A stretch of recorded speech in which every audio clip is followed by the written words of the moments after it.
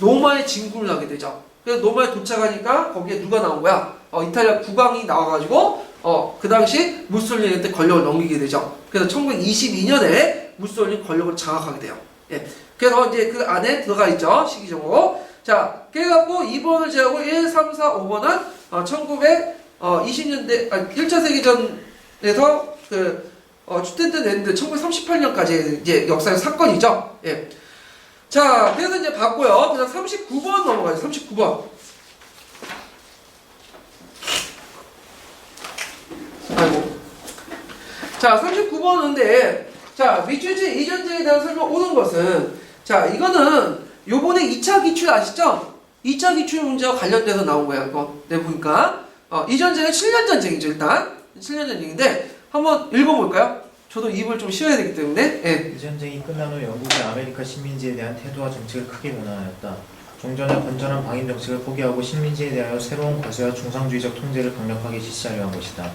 이는 무엇보다 이 전쟁으로 광대진 식민지 영토를 지키는 대규모 군대를 유지하는 데 필요한 재정을 확보하기 위해서였다. 식민지인들은 그들이 본국에 대표를 보내지 않았는데도 과세에 대하여 저항하였다. 식민지인들의 저항은 마침내 본국과의 전쟁으로 확대되었다. 예. 자, 여기에서 말하는 7년 전쟁인데, 이 7년 전쟁 이후에 영국이 건전한 방위 정책을 포기하고 식민 정책 전환이 일어났죠. 왜냐면 7년 전 같은 그 전쟁을 치르면서 막대한 전비가 썼는데, 이 전비를 메꾸려고 미국의 이제 중상주의 정책을 강화하고 여러 가지 세금을 부과해요. 그래서 설탕법이라든지 인지세라든지 타운세트법 같은 걸 하죠. 그러다가 이제 또 거기다 LA가니 산맥의 서쪽 지역의 식민지 이주를 금지시키죠. 이런 불만들이 누적되었고 일어난 사건이 보스턴 차 사건이죠. 자, 보스턴 차 사건을 계기해서 1차, 2차 대륙기를 거쳐서 1776년에 독립전쟁이 나오고, 이 전쟁의 결과 미국이 독립하게 되죠. 예. 자, 그러면 여기에서 이제 볼 게 이제 답은 7년 전쟁 관련된 거니까 1번이죠. 프로이센이 점령한 수에즈에는 오스트리아가 수복한 데서 시작됐죠. 그래서 유럽에서 식민지에 둘러싸 영국과 프랑스의 전쟁을 전개했는데, 자, 요때 이제 7년 전쟁은 크게 왕조 전쟁에 속하죠. 자, 대표적인 왕조 전쟁이 몇 가지가 있는데, 살펴보면요. 자, 왕조 전쟁을 보면, 자, 왕조 전쟁은 세 가지의 그 원칙이 있어요. 특징이. 첫 번째는 세력 분영의 원리. 그래서 힘이 한쪽이 만약 강하면 어떻게 돼요? 힘이 강한 쪽보다 약한 쪽을 힘을 몰아주죠. 그 중요한 역할을 했던 것이 영국이라는 나라죠. 영국이 그 균형점을 이뤘고요. 그 다음에 이제 국민적인 이해관계와 그 다음에 왕조적 이해관계가 부닥칠 경우에는 누구의 이익을 따르죠? 왕조적 이해관계를 따르죠. 근데 왜냐면 그 당시에는 국민 어떤 의식이나 민족주의가 형성되지 못했기 때문에. 그러니까 오늘날 말하면 독도가 있어요. 독도가 있는데 지금 통치자가 야 독도 그냥 귀찮으니까 넘겨줘. 할 수 있어 없어요? 없죠. 정권 자체가 바뀌는 거죠. 그러면 그건 국민의 나름대로 국민 의식이 있기 때문에 국민적 이해관계를 무시할 수가 없어. 근데 그 당시에는 왕조적 이해관계에 따라서 영토가 뭐예요? 그냥 왔다 갔다 해. 국민들이 tik성이 없이 그냥 들어. 그런 관계고. 그 다음 세 번째는 뭐냐? 영국과 프랑스가 왕조 전쟁이 있을 때마다 무슨 전쟁을 했죠? 식민지 전쟁을 했어요. 식민지 전쟁. 그러니까 영국과 프랑스가 그 해외에 막대한 식민지도 있잖아요. 그래서 식민지를 장악하기 위해서 그 당시 식민지 전쟁을 했다. 그래가지고 이제 그 대표적인 게 이제 4번 전쟁이 있었는데, 아우구스부르크 전쟁. 그러니까 그 왕조 전쟁 중에 에스파냐 왕위 계승 전쟁, 그 다음에 오스트리아 왕위 계승 전쟁, 7년 전쟁 이렇게 있는데, 이 아우구스부르크 전쟁은 이제 월리엄 전쟁, 그 다음에 에스파냐 왕위 계승 전쟁 옌 전쟁, 그 다음 오스트리아 왕위 계승 전쟁 조지아 전쟁, 그 다음에 7년 전쟁은 아까 프랑스 인디안 전쟁. 그래서 월리엄 옌 조지아는 영국의 왕의 이름을 딴 거예요. 네. 각각의 유럽에서 그 왕조 전쟁이 일어날 때마다 식민지에서는 또 식민 전쟁이 일어나요. 월리엄 옌 조지아, 프랑스 인디안 전쟁. 그래서 영국과 프랑스가 몇 년을 싸웠냐면 100년을 싸웠어요. 100년을. 그래서 이것을 뭐라고 하냐면 제2차 백년 전쟁이야. 이 제2차 백년 전쟁을 마무리한 것이 이제 프랑스 인디안 전쟁이 끝난 다음 맺어진 무슨 조약이에요? 파리 조약이죠. 이 파리 조약의 결과 캐나다가 영국 땅을 더, 인도 땅도 누가 더 가죠? 영국 가죠. 예. 그래서 세 가지 그 원칙이 있다. 그러면 요게 또 언급하는 종교 전쟁인데 종교 전쟁도 엄밀히 말하면 무슨 전쟁의 연장이에요? 이 왕조 전쟁의 연장이야. 예. 왕조. 이 세 가지 원칙이 그대로 적용되죠. 그래서 종교 전쟁은 처음에는 종교적 문제 때문에 일어나죠. 근데 요게 뭐가 개입돼요? 세속 권력 개입되고 또 이게 국내전에서 끝나는 게 아니라 거기에 외국 세력들이 개입해요. 이 종교전쟁의 원칙이 그래요. 자, 그래서 그 대표적인 것이 30년 전쟁이죠. 30년 전쟁. 자, 그래서 이런 특징들을 좀 파악을 해두세요. 자, 그러면 이제 보면 답은 1번이 나왔죠. 그래서 영국과 프랑스의 전쟁인데 이 영국과 프랑스의 전쟁이 무슨 전쟁이다? 프랑스 인디안 전쟁이고, 그 다음에 이제 프랑스 전투 같은 거 있죠. 그래서 파리 조약이 마무리됐죠. 원래 프로이센이 초창기 때 밀렸어. 왜냐면 그 당시 프로이센을 지지했던 사람은 영국이고 오스트리아 지지하는 사람은 다 러시아, 그 당시 프랑스 그런 나라들거든요. 근데 영국은 재정적 지원만 했고 그 오스트리아를 지원했던 프랑스와 러시아는 직접 군대를 파견했어요. 특히 러시아 군대가 쳐들어와서 이제 연전연패했는데 때마침 러시아의 그 여제가 엘리자베타였는데 그것이 이제 그 사람이 죽고 그 다음에 포틀로 그 누구냐? 갑자기 프레이든을 강적으로 좋아하는 포트로 3세가 즉위하게 된 거야. 그래서 포트로 3세가 6개월 딱 즉위했는데 이 사람이 딱 즉위하자마자 전쟁을 그만두고 철수해 버렸죠. 그래서 그게 나중에 이제 군부의 반발 때문에 쿠데타로 이제 죽게 되고 그의 부인이 에카테르 2세가 되는데 자, 하여튼 그것 때문에 천호 신조해갖고 승리한 거예요. 예, 그것 때문에. 자, 그런데 골치 있게 206페이지 잠깐 보세요. 거기 잠깐만. 다행히 여제였던 그 에카테리나가 사망한 게 아니라 엘리자베타.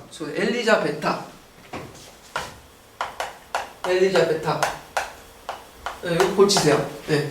보통 이제 그 러시아에는 여왕이 3명 있었거든요. 여왕이. 그 포틀로 1세의 두 번째 부인이었던 에카테르 1세가 있고 에카테르 두 번째 딸이었던 엘리자베타가 있어요. 그리고 포틀로 3세의 부인, 독일에서 왔죠? 독일 공주였던 에카테르 2세가 있어요. 3명 있어요. 예. 엘리자베타였어요. 엘리자베타. 자, 고치시고요. 자, 그 다음에 2번 무적 함대를 앞세운 에스파냐가 영국 왕실을 응징하기 시작됐으며 에스파냐가 패배함으로써 영국이 새로운 해상 왕국을 떠올렸다.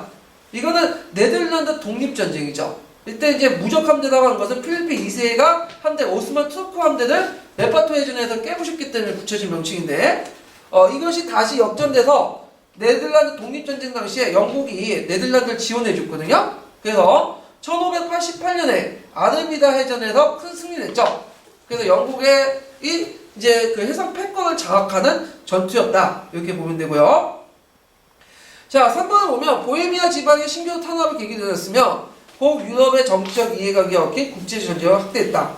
30년 전쟁이죠. 30년 전쟁의 근데 원래 이제 이 운동이 왜 일어났냐면 보헤미아 지역은 어떤 지역이에요? 체코 지역이죠. 체코는 흡수 운동에 본거지면서 신교들이 되게 많은 지역이에요. 근데 오랫동안 그 오스트리아 함스부르크의 영향력이 있었어.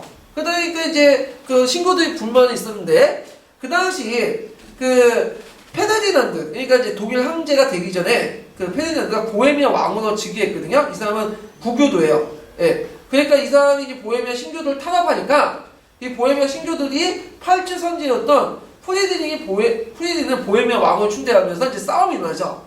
그때 이제 페르디난드는 에스파냐와 카톨릭 동맹의 지원을 받아서 이 보헤미아군을 격파하고 결국에는 보헤미아를 오스트리아 세습 왕국으로 전략을 만들어요. 근데 여기에서 전쟁이 끝나는 게 아니라 전쟁이 끝나고 나서 곧바로 누가 개입했어? 외세가 개입됐어.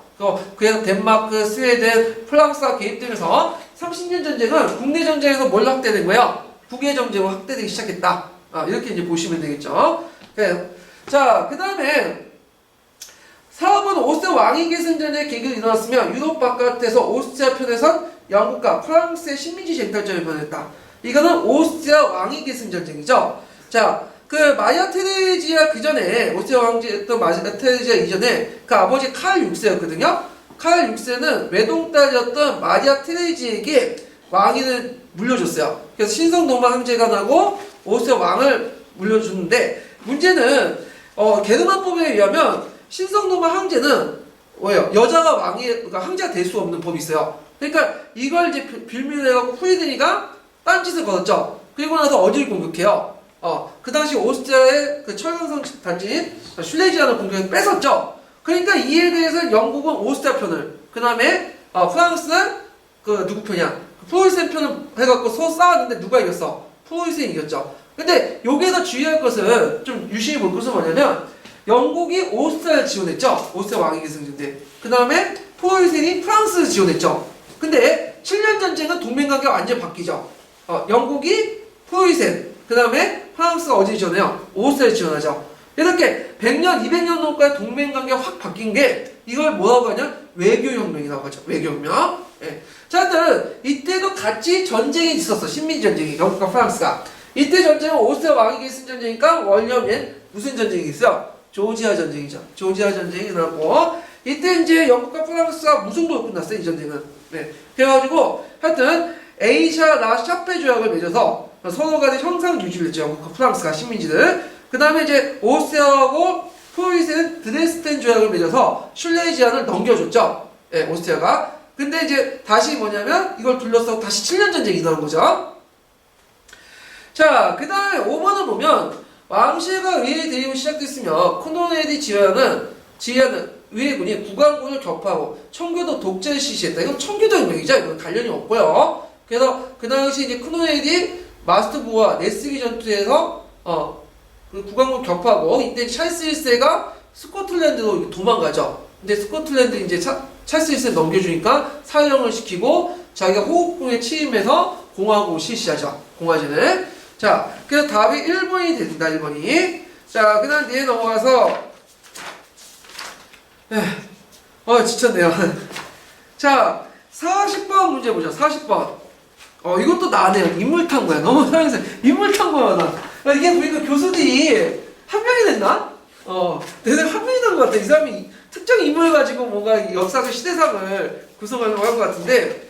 자, 여기 보면 이 나는 누굴까요, 이건 뉴턴이죠? 네, 뉴턴이에요. 이거는 프린시피아나에서 17세기 뉴턴이 그 저술한 책인데, 뉴턴은 유명한 만유인류 법칙을 제시했죠. 이 만유인류 법칙이 오늘날 근대의 어떤 과학을 형성하는데 큰 기여를 해주는데, 그 유럽의 근대성 형성 과정, 근대라는 어떤 오늘날 근대적 이식의 형성 과정을 좀 살펴보고 넘어갈게요. 이게 보면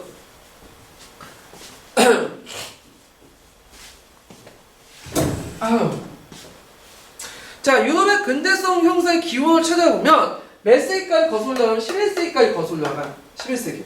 자, 11세기 때 십자군 전쟁 와중에 중동에서 제해석 때 무슨 철학이 됐죠? 아리스토텔레스 철학이 건너왔죠? 예. 그러면서 이 유럽에 이르면서 이 아리스토텔레스 철학이 뭘 강조해요? 전체보다는 개별적인 사실을 강조하죠. 개별적인 사실을 강조하는데 이것을 뭐라고 해요? 인식록상. 유명론, 명목론하죠? 그래서 유명론과 그 다음에 그 플라톤의 실제론 간의 보편 논쟁이 나죠? 예. 이거는 넘어가고요. 하여튼 이때 유명론자들이 대표적인 사람이 예전에 한번 기출에 나왔던 오컴하고 스코투스죠. 오컴하고 스코투스는 철저한 유명론자로서 뭐와 뭐를 분리시키죠? 네. 철학으로서 파악하는 이성의 세계와 그 다음에 신앙의 세계를 분리시키죠. 이 사람은. 그래서 이 사람은 개별적인 사실은 뭘로 할 수 있다가 이성을 통해서 할 수 있다. 철학은 그 이성의 영역이다. 그래서 개별적인 사실을 하나하나 탐구하는 강조하고 이것을 이제 방법론적으로 이제 강조된 것이 중세 말기에 관찰과 탐구 방법론을 제시했던 기납법을 제시했던 누구예요? 프란시스 베이컨이죠. 로즈 베이컨이 아니라 베이컨이 이제 제시를 한 거죠. 자, 그러다가 이런 인식이 이제 몇 세기 때? 17세기 때 들어가서 이제 또 발전돼요. 자, 17세기 때 들어와서는 자연적 세계관과 자연적인 거가 초자연적인 것을 구분해요. 이때 사람들은. 자, 자연적인 것은 뭐냐면 인간의 이성을 통해서 관찰하고 설명할 수 있는 거야. 시선과 관찰을 통해서 설명할 수 있는 인간의 이성과 사유나 관찰과 탐구를 통해서 뭔가 이런 형상들을 설명할 수 있는 거예요. 설명해서 물리적 형상들.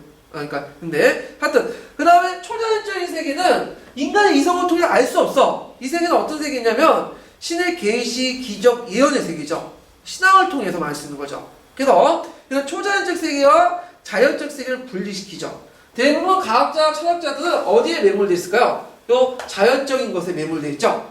네, 자연적인 거. 자, 하여튼 이 자연적 세계는 이성을 통해서 사유를 하고 하여튼 관찰하고 그 다음에 시선을 통해서 알 수 있다. 그러면서 여기에서 이제 자연적 세계관에서 이제 나왔던 것이 뭐냐면 기계론적 세계관이죠. 기계론적 세계관. 자, 이 기계론적 세계는 뭐냐면 신의 존재는 인정해. 신의 존재는. 신의 존재 인정은 신이 이 세계를 만들 때 예전처럼 초자연적 세계처럼 뭐 계시, 예언, 뭐 기적 이런 걸 보여주지 않아요. 인간 세계 전혀 가능성 없어. 신은 일단 인간과 세계를 만들어 놓고 이 신이 만든 설계도에 따라서 움직이는 거야. 신은 거기서 터치를 안 해요. 우리가 이제 그 인간이 기계를 만들면 기계에 대해서 인간이 만든 설계도에 움직였대죠. 마찬가지로 인간이 그 신이 만든 설계도에서 이 인간 세계, 자연 세계가 움직이대요. 자, 그러니까 이 신이라는 걸 배제시켰죠. 예. 그리고 단지 과학자, 철학자는 신이 만든 설계도를 찾아내서 인간관계에 따라 법칙을 제시하면 돼요. 예. 자, 이런 기계론적 세계관을 확장시킨 것이 뭐냐면 종교적 확장시킨 것이 이신론이야. 자, 이신론은 종전의 계시적인 거, 뭐 초자연적 형상들을 다 부정해요. 신은 이 세계를 만들어 놓고 뭐냐면 기계론적 세계처럼 간섭을 안 한다. 그리고 신이라는 존재는 우리가 인격신을 가지고 있는 게 아니라 뭐야 이거는 하나의 보편적 원리고 법칙이다. 인격신을 가지고 있으면 어때? 인간의 마음을 똑같이 갖고 있기 때문에 신이 시기할 수가 있죠. 그러니까 그 성경에 보면 어떻게 돼 있어요? 십계명에 나 이외에 다른 신을 섬기지 마라. 다른 신을 섬기면 어떻게 죽여버리죠. 예, 시기하니까. 그래서 다른 종교의 상대 배타적일 수밖에 없는데 그 신이라는 존재가 인격신이 아니라 인간의 감정을 가지고 있는 게 아니라 보편적 원리이기 때문에 다른 신에 대해서 어떻게 될까? 간대. 그리고 어차피 보편적 그 원리는 기독교뿐만 아니라 뭐예요? 다른 종교에도 내재되어 있죠. 예, 그러니까 상당히 배타적인 게 아니라 간용적이에요. 이신론은 숙면. 자, 이신론은 누가 많이 숭배했냐면 그 당시 철학자들이나 과학자들이 많이 숭배했는데 그 이유가 두 가지예요. 왜냐하면 이신론은 신이 있다는 거야, 없다는 거야? 신이 있다는 거죠. 유신론의 일종이지만 신이 그러니까 신이 인격신이 아니고 어떤 원리와 법칙이죠. 예. 신의 존재를 인정하면서 뭐냐면 나한테 종교생활을 할 수 있잖아. 그러니까 종전에 완전히 신을 버리지 못한 그런 과학자들이 수용했고요. 두 번째 이유는 뭐냐면 그 당시 신은 죽었다가 선포를 해보면 어떻게 돼요? 아무리 17세기가 과학혁명이 일어나고 천재의 세계라고 하지만 그 당시에는 중세적 사고방식이 많았어요. 그러니까 무신론을 선포한 그 자리에서 어떻게 되는 거야? 죽게 되고 마녀사냥을 해서 죽게 된단 말이야. 그러니까 그런 것들을 무모하게 해서 신은 존재하지만 신은 인간 세계에 간섭하지 않고 신은 인격신이 아니다 라는 식의 이신론을 이렇게 포장하는 거야. 그래서 실제 이신론은 그 밑바닥에 뭐예요? 무신론이에요. 그러다가 이제 19세기 들어와가지고는 어떻게 된 거죠? 그게 탈피된 거죠. 이제 신은 죽었다고 니체가 선언해도 사람들이 이제 관심이 없게 돼요. 예, 이때는 이제 하여튼 그 이신론인데 이신론과 관련된 것을 제가 보충 자료에 실어놨어요. 거기에. 그래서 후에 이제 그 프랑스 대혁명 때 로벤스피에르 아시죠? 이 사람도 이신론자예요. 이신론자. 예. 그래서 그 로벤스피에르의 정책 중에 국민공익 때 그 이성에 대한 축제 있죠? 이것도 뭐에 입각한 거죠? 이신론에 입각한 거예요. 이신론에. 예. 자, 하여튼 이런 것들을 좀 기억을 해두시면 되고요. 자, 그러면 여기에서 이제 일단은 기억하고는 맞죠. 데카르트저는 뉴턴도 우주를 거대한 기계로 봤어요. 기계론적 세계관. 근데 이제 이 뉴턴은 좀 약간 기계론적 세계관을 뭐냐면 인정했지만 이신론까지는 가지 않았어. 이 사람은 뭐냐면 신은 인격신이다. 감정을 가지고 있고 나름대로 계시나 예언이나 이런 것도 한다. 그래서 평상시에는 뭐야 기계론에 있어서 운영하고 있다가 신이 그때마다 자신의 어떤 그 기적을 보여주면서 계시를 보여주면서 개입한다는 거야 인간 세계에 이 사람들이. 그래가지고 이 사람은 이제 그것을 강하게 이용했죠. 예전에는 물리학이라는 학문이 이성을 통해서만 관찰 가능한 것들만 대상으로 했어. 그래서 이성을 통해서 관찰 가능한 그런 것들만 이제 연구를 했는데 거기에다가 뉴턴은 물리학의 이성적인 것뿐만 아니라 비물리적 형상들, 그러니까 우리가 인간의 어떤 이성을 통해서 관찰 가능하지 않은 신의 어떤 섭리나 그런 신들이 어디에 내재된 물리적 형상에 내재됐다고 생각한 거야. 눈에 보이지 않고 관찰 불가능하지만 이것을 뉴턴은 뭐라고 하는 거죠? 중력이라고 하는 거죠. 중력. 이 중력이라는 것은 관찰 가능하지도 못하고 그리고 또 뭐냐면 관찰 가능하지 설명하지도 못하고 관찰 가능하지만 그 근본적인 원리에 대해서 설명하지 못한다는 거지. 이 중력이야말로 신의 의지다. 그래서 이 사람은 기계론적 세계관과 함께 뭐냐면 이런 그 그리스도의 신앙을 조화시키려는 되게 노력을 했다. 그래서 물리적 형상뿐만 아니라 비물리적 형상도 뭐냐면 연구를 했고, 그런데 물리학에서는 눈에 보이고 관찰 가능한 물리적 형상뿐만 아니라 뉴턴처럼 그 뭐냐면 사회를 통해서 형성된 그 개념 있죠. 근본적인 원인은 모르지만 그런 것들 형상까지도 물리학에 포함되어 있죠. 자, 그래서 이런 것들을 좀 기억을 해주시고, 그래서 니은이 아마 헷갈렸을 거야 이게. 왜냐면 뉴턴 같은 거 다 알고 있듯이 뭐예요? 기계론적 우주관을 심오한 사람이거든요. 근데 이 사람은 다른 그 사람들처럼 이신론자는 아니었어요. 인간의 그 뭐냐면 신이 어떤 그 인격신적인 요소가 아니라 보편적 원리라고 생각하지 않았어요. 이거 인간 문제에 때때로 개입하고 이런 것들을 증명하기 위해서 물리학을 연구하겠다 하는 걸 좀 기억을 해두시고요. 이 부분은 제가 다른 책에서 찾았어요. 기억, 니은, 디귿은 서양사 총론하고 그런 책이 나왔긴 나오는데, 니은은 제가 이것을 어디서 찾았냐면 저기 교보문고에서 찾았거든요. 교보문 뉴턴에서 조지 오웰까지의 그 책이 푸른 역사 출판사에서 나온 건데, 제가 이 책을 보니까 가격이 3만원, 4만원대더라고요. 이거 한 구절 보는데, 그래가지고 제가 좀 꼼수를 썼죠. 그래서 이거 핸드폰을 가지고 찍어가지고 이걸 보면서 이제 다 적어놓은 거예요, 제가. 예. 자, 그 다음에 이제 니은하고 이제 디귿은 이제 그 뉴턴의 어떤 만유인력 인력의 법칙 과정을 이제 좀 얘기하는 건데, 이것도 따로 설명이 필요해요.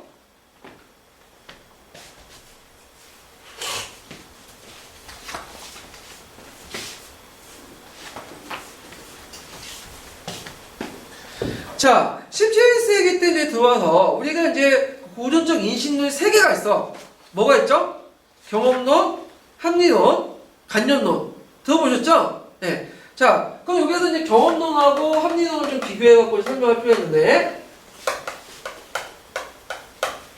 자, 경험론은 영국에서 발달됐죠? 영국에서. 이 사람들은 뭘 관찰, 중요시 얘기해요. 베이컨이나 루크처럼 관찰과 실험을 강조해. 그래서 관찰과 실험을 해서 구체적인 사례를 검증한 다음에 보편적 원리를 꺼내죠. 이것은 이제 논리적 방식에서 무슨 방식이에요? 기나법이잖아요. 기나법. 예. 자, 근데 대륙의 합리론은 좀 달라. 이 대륙의 합리론은 프랑스에서 발달됐는데, 이 사람은 이제 뭔가 사유를 강조해. 불변의 진리가 있다고 했죠? 인간에는 신이 주신. 그래서 그 불변의 진리를 통해서, 사유를 통해서, 명백한 그것을 통해서, 명백한 어떤 명백하고 간단한 명제로부터 출발해서 막 사유를 내가지고 이걸 뭘로 정리해요? 수학적으로 정리해. 수학적으로, 논리적으로 정리해요. 네. 수학을 되게 강조하는데, 자, 그럼 관찰과 실험은 무시해. 데카르트 같은 거 무시하죠? 자, 이 사람은 기나미게스 영역이었어요. 명제를 통해서 어떤 보편적 명제를 통해서 구체적인 사례를 적용하니까 이 사람은 영역에 속하겠죠. 영역에. 자, 이렇게 이제 나눠져 있어요. 근데 이제 또 예전에 또 철학자하고 기술자의 어떤 역할 관계가 이 경험론과 합리론 것도 대리할 수 있는데, 끊어질 수 있는데, 자, 기술자들은 눈에 보이는 형상들만 관찰을 통해서 뭐예요? 계속 기술을 발전시키죠. 이게 기술자 영역이야. 근데 예전 철학자들은 눈에 보이는 것보다는 머릿속에 계속 사유를 하죠. 그러니까 합리론은 누구의 계승을 하겠다? 철학자의 영역이죠. 예. 그래서 이 경험론과 합리론, 그다음 기술자, 오늘 철학자들의 어떤 대별 관계와 그 당시 유럽의 어떤 그 관계는 유럽의 어떤 과학 기술이나 이런 거였는데, 자, 이 유럽의 경험론과 합리론, 그러니까 철학자와 기술자들의 영역을 서로 합쳐가지고 했던 사람이 누구냐면 뉴턴이에요. 뉴턴은 경험론자, 합리론자와 기술자와 그다음 철학자의 영역을 통합을 시켜가지고 뭘 제시했죠? 만유인력의 법칙을 제시했어요. 자, 이 사람의 사유 방식을 한번 보면요. 자, 여기 보면 자연적 형상이 있어요. 뉴턴이 가만히 있다가 나무에서 뭐가 떨어졌죠? 사과가 떨어졌죠? 왜 사과가 떨어질까라고 사유를 하죠. 물론 이제 나무 떨어진 거에 대해서 이제 훈훈하게 만들어졌다는 이제 에피소드 비판이 많은데, 하여튼 사유를 해요. 자연적 형상에 대해서. 그래서 철학적 사유를 하게 돼요. 철학적 사유. 왜 이게 떨어졌을까? 그래서 나름대로 뭘 세우죠? 가설을 세우죠. 가설. 자, 그래가지고 예를 들어서 떨어지는 물질과 물질 사이에는 뭔가 중력이 작용돼서 중력은 질량에 비례한다. 이런 가설을 만들어. 그러면 여기까지는 어디에 영역에 속해요? 합리론의 영역에 속하죠. 철학자의 영역에 속하죠. 근데 이건 여기서 끝나는 게 아니라 경험을 통해서 증명을 하죠. 경험을 통해 실험과 관찰을 통해서 증명을 해. 뭔가 그걸 뒷받침할 수 있는 뭐가 있어야 돼? 사례가 있어야 될 거 아니야. 보니까 이 달이 지구를 도는 거나, 그 다음에 행성과 행성이 서로 이렇게 도는 형상, 그 다음에 지구가 태양을 도는 형상, 밀물과 썰물의 형상, 이런 것들 다 뭐가 작용되기 때문에 중력이 작용. 중력 아시죠? 예. 서로 물체는 끌어다니는 작용이 있죠? 이런 것 때문에 그렇다라고 증명을 해요. 자, 이 실험과 관찰을 증명한다는 것은 어디를 이어받은 거죠? 경험론과 기술자의 영역을 이어받은 거죠. 예. 그리고 나서 여기에서 뭘 끌어내냐면 보편적 진리를 끌어내고, 이 보편적 진리에서 이걸 뭘로 정리하죠? 수학적으로 정리하죠. 예, 수학적으로. 자, 이 수학적으로 정리한다는 꼭 합리론을 계승한다는 거죠. 그래서 이런 만유인력 법칙을 이렇게 만드는 것은 그 사용 방식에는 종류의 경험론과 합리의 통합, 기술자 영역과 철학자 영역을 통합을 시킨 거죠. 예. 그래서 이런 사용 방식은 단순히 만유인력 법칙에서 끝나는 게 아니라 후대 과학자들에게 영향을 미쳐요. 그냥 보통 우리가 과학에서 어떤 이론을 끊으면 이론 절차를 다 거치게 되죠. 예, 가설을 설정하고 증거를 대고 그 다음에 일반화하고 수학적 정리하는 그런 단계를 거치게 되는데, 자, 그래서 사용하고 검증하는 방법이 오늘날 근대적 과학의 영역에 이제 과학의 개념이 형성되는 큰 계기가 되고, 그렇기 때문에 17세기를 무슨 혁명이라고 해요? 과학혁명, 천지의 세기라고 하죠. 예. 그래서 처음에는 이 사람이 신이 있다는 걸 증명하려고 했지만, 역설적으로 그가 의도하지는 않았지만 신의 영역을 침범하게 된 거야, 인간이. 개별적으로 떨어져 있는 사실 속에 어떤 보편적인 진리를 꺼내서, 예전에 보편적인 진리는 누구만 알 수 있어요? 신만이 알 수 있죠. 그런데 이걸 알아내면서 인간이 신의 영역을 침범하게 되고, 오히려 이걸 통해 기계론적 세계관, 이신론적 세계관의 신의 역할이 어떻게 검증되는 거죠. 그가 의도하진 않았지만, 예. 자, 하여튼 대단히 뛰어난 업적을 했던 사람이 뉴턴이라는 걸 좀 기억을 해두시고요. 자, 그러면 문제를 풀어보죠. 자, 여기 보면 자연과학 연구에서 수학의 중요성을 강조했으나 관찰과 실험가를 낮게 평가하는 사람은 누구죠? 이 사람은 데카르트죠. 데카르트는 명백하고 간단한 명제로부터 출발해서 문제를 수학적으로 논리적으로 분석 강조했는데, 상대적으로 관찰과 실험은 낮게 평가했어요. 자, 뉴턴도 수학을 강조했지만 관찰과 경험도 또 강조했죠. 틀렸고요.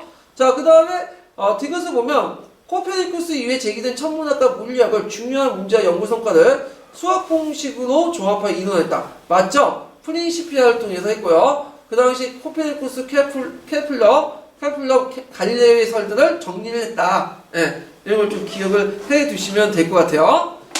자, 그래가지고 이렇게 해서 이제 40번 문제인데, 이 40번 문제가 그 서양사 문제에서 좀 어려운 문제예요. 이 문제가. 그 외에는 뭐 그렇게 어려운 문제는 없었어요.